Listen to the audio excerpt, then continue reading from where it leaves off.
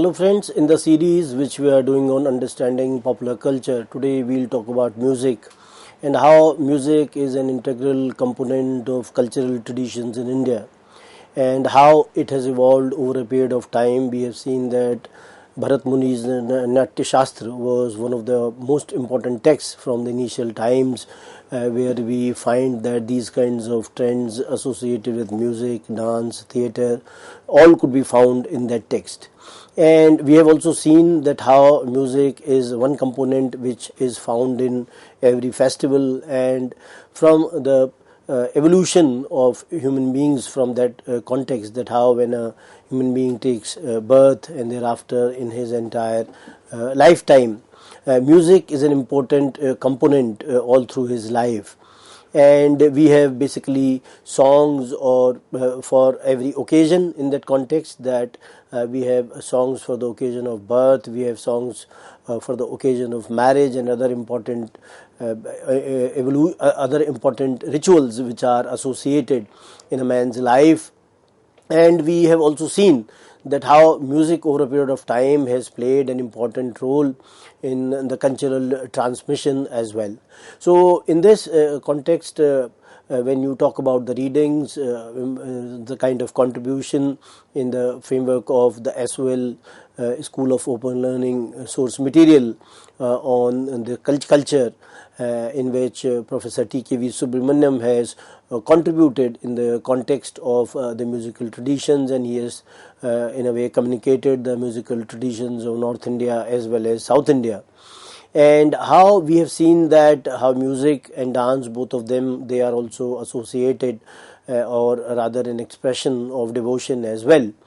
And when we talk about Bharat Muni's Natya Shastra, which is associated with the 3rd century AD, and it is being also considered to be or has enjoyed the status of being the 5th Veda, and the tenets, the traces of its tenets, they remained ingrained in one or the other form in performing arts, especially in music, dance and theatre. So we find that how the texts which are associated with the musical traditions, they have in a way played an important role in terms of providing ideas about the notions of music and dance concerning that particular period. And they have also provided some kind of rules with regard to the idea of music as well. And we have seen that how Indian dramatic art, which is called as Natya in Natya Shastra, and it is also the art of representation in which speech, music and appropriate gestures, all of them, they are blended in a harmonious manner. And we could also talk about another important text which has an overwhelming sway in the pattern of entertainment and the communities of performers, and their patron was celebrated Kama Sutra of Vatsyayan in 5th century AD. And we have seen that how the traditions which are associated with music, they are also connected with the idea of devotion, and they are also in a way related to the traditions associated with the temples. And Dr. K. Sadasivam has argued that this institution of Devadasi system has exerted and extended its sway over the several disciplines of human art and thought, and even the politics as well. And it has gradually influenced the musical, dance, dramatic, sculptural, painting and linguistic traditions of country. So from that point of view, when we try to in a way situate Devadasi system, that how it was connected to the ancient and the early medieval musical culture, and how the women, those who were part of this kind of a tradition, they in a way remained connected to the temple. And when we talk about this particular system, then it was not in a way related to any kind of a region. And when we tend to understand the kind of sources which are available, they show that its prevalence was there in the Indian subcontinent at different points of time. And we also have seen that how Kalidas mentions in Meghdut, which is an important text which has been written by him, that the Mahakal temple in Ujjain resounded with sound of ankle bells of the dancing girls. So we find that even in the literary text, such kind of mention has been made with regard to the Devadasi system.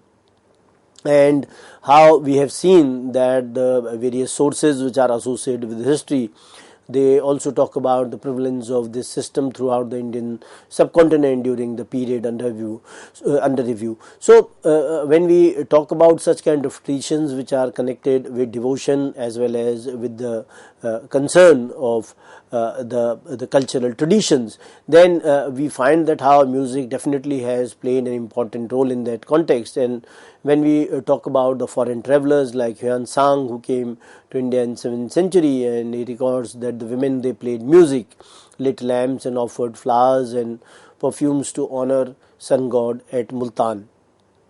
And another Arab traveler, Ibn al-Athir, he has conveyed that 300 musicians and 500 dancing girls, they were attached to the temple of Somnath at the time of invasion of Mahmud Ghaznavi during the 10th century. So these kinds of records, historical sources, they talk about that how women, they were important components of the traditions which were associated with music, and how they were also associated with the temples as well. And when we talk about the other kinds of texts, then we find that the Matsya Puran, Kurma Puran and Bhagavad Puran and Shiv Puran, all these Purans, they recommend that the arrangement should be made to enlist services of singing and dancing girls to provide vocal and instrumental music and dance at time of divine services. So how we find that such kind of recommendations or suggestions or arrangements rather, they were being made, that how the girls, those who were singing and dancing, they were, and they were, their services, they were being enlisted, and how they were connected with the divine services. So when we say that how many temples of North India, they also reveal that the practices of sex cult were prevalent in many of them. And we also find that in almost all temples which have survived the ravages of medieval period, they are adorned with some of the erotic sculptures as well. So we see when how Devadasi system was very popular in the Shiva temples, and we also find that in these temples the fertility and the cult was merged with the tantric concept, and how subsequently it was accepted by the Vishnu, Buddhist and Jain temples as well. So when we tend to understand these kinds of developments, we find that Devadasis, they were known by various names such as Patras and Maharshis, and then Vilasini and so on. And there was an existence of the graded hierarchy among them, and it is also being suggested by the literary sources and the inscriptions as well. So some kind of hierarchy in terms of Devadasis could also be seen in some of the texts. They have referred to such kind of hierarchies where some kind of a distinctions between the Devadasis could be made. And we have also seen that how the systematization of the Devadasi institution is not as pronounced in North India as which one finds in South India. And in North India, this institution declined due to the lack of patronage to the temples, and the people, those who were associated, and the way they were being associated with certain nataks, Sanskrit natak or drama for that matter. In that context, we find that Ganika was an important component, where we find that how Sanskrit natak, drama, kavya poetry, and how in the story as well, especially a story called Mrachakatikam in the 6th century AD, or Kottane Matam, which is the 9th century AD, and Dash Kumar Charita, which is in 10th century AD. All of them, they bring about the interesting details about the cultural activities of the upper layer of society from 6th to the 10th century.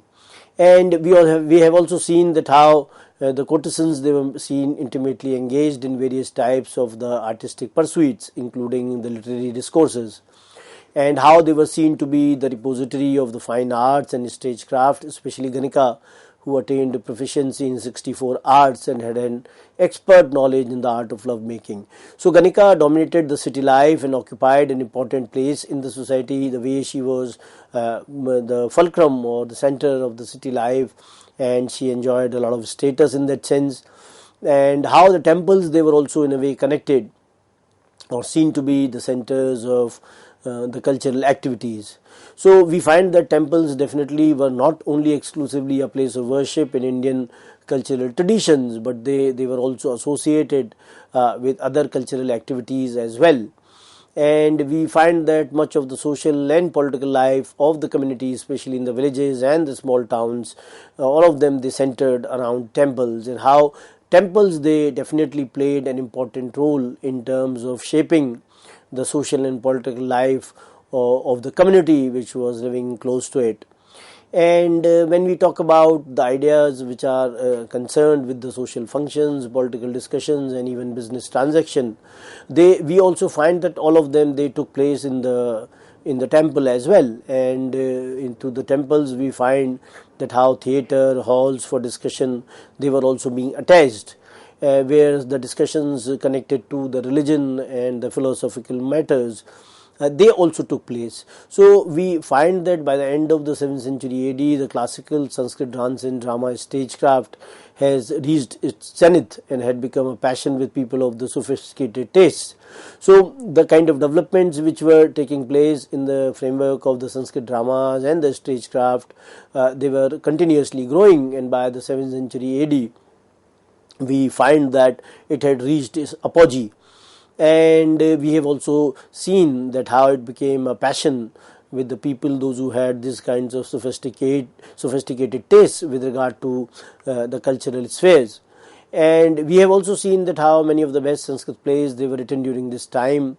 They have elaborate stage directions which suggest that these were written for the viewers with the object of entertainment. So how Sanskrit plays definitely played an important role in terms of providing the entertainment, and at the same time the elaborate stage directions, they also in a way communicate that how intricately these plays, etc., they were being written, and how they were catering to the audience as well.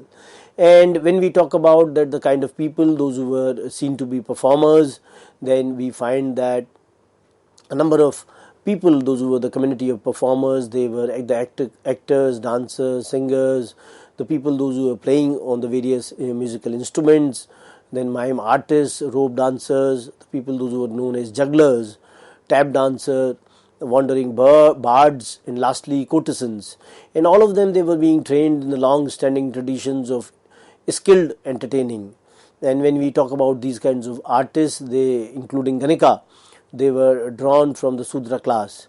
So we find that how the communities of the performers, they frequented the urban centers, and they also frequented the pilgrimage places. And when they went to these pilgrimage places, they performed at these pilgrimage places, so that they could also earn the livelihood as well. So these communities of performers definitely played an important role in that sense, that how people, they were being entertained in different spheres, and they took this kind of a responsibility on themselves to be trained in various kinds of skills, so as to in a way entertain other people. And we also have seen that the temple precincts, they were usually, or the temple areas, they were usual venues for the entertainers, and the exclusive musical gatherings, they were arranged in Rangashala. And when you talk about the areas which are concerned with the temples, and how they were seen to be some kind of usual venues for the entertainers, and how entertainers, they were in a way entertaining the people, those who were coming to the temple. And the musical gatherings which were being arranged, they were also being arranged in the Rangashala as well, which was a place where such kind of gatherings, they were being hosted. We also have seen that how references to the performance practices, they are in a way scarce, and from Manasalona of King Someshwar, which was compiled in the 12th century, it appears that the musical performances, they were formalized by this time. A suite or cycle Sudhakarma of 7 traditional songs, in which Karn, Ela, Dheniki, Jumbada, Lambaka, Rasak, and Iktalika, and how they were followed by a large composition in kanda meter and a small concluding song constituted standard concert format. So we find that all these kinds of things, they were being happening at that point of time, and how the text like Manasalona of King Someshwar, we find that it was in a way trying to formalize the musical performances, and how different kinds of ideas concerning with music, they were being written in such kind of texts. And we also have seen that the other musical forms, they were also in a way specific to some occasion or festivity. For example, Shatpadi was used in storytelling, and Chachari was performed at the time of Kusumyudh Parv, which is the holy festival. So there were many vernacular songs called after a particular meter. So we find that the various kinds of musical forms, they were being used or in a way employed at different kinds of occasions. And when you talk about these kinds of forms, or these kinds of variety in terms of music which was being used, we find that all these kinds of things, they were definitely playing an important role in the cultural lives of the people, and how people, they were also in a way trying to not only engage with these kinds of performances, but at the same time we find them to be in a way trying to engage with such kind of performances as well as enjoy these performances as well. And then we also see that how when we talk about 13th century, detailed description of the ancient and the contemporary prabandh or the composition forms is available in Sarangadev's Sangeet Ratnakar, and how many of these forms, they were being accepted in their traditional as well as improvised forms during the medieval period.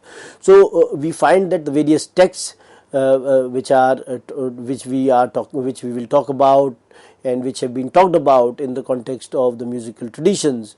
And Sangeet Ratnakar of Sarangdev is an important text in that context, and how this text in a way talks about the ancient and the contemporary prabandhs or compositions of those times. And we have also seen that how these forms, they were being accepted in their traditional as well as the improvised forms during the medieval period. And we also have seen that over a period of time there were changes in the patronage patterns as well, and how when the establishment of the Sultan of Delhi in the beginning of the 13th century takes place, then it also brought about a number of changes in the cultural setup of northern India.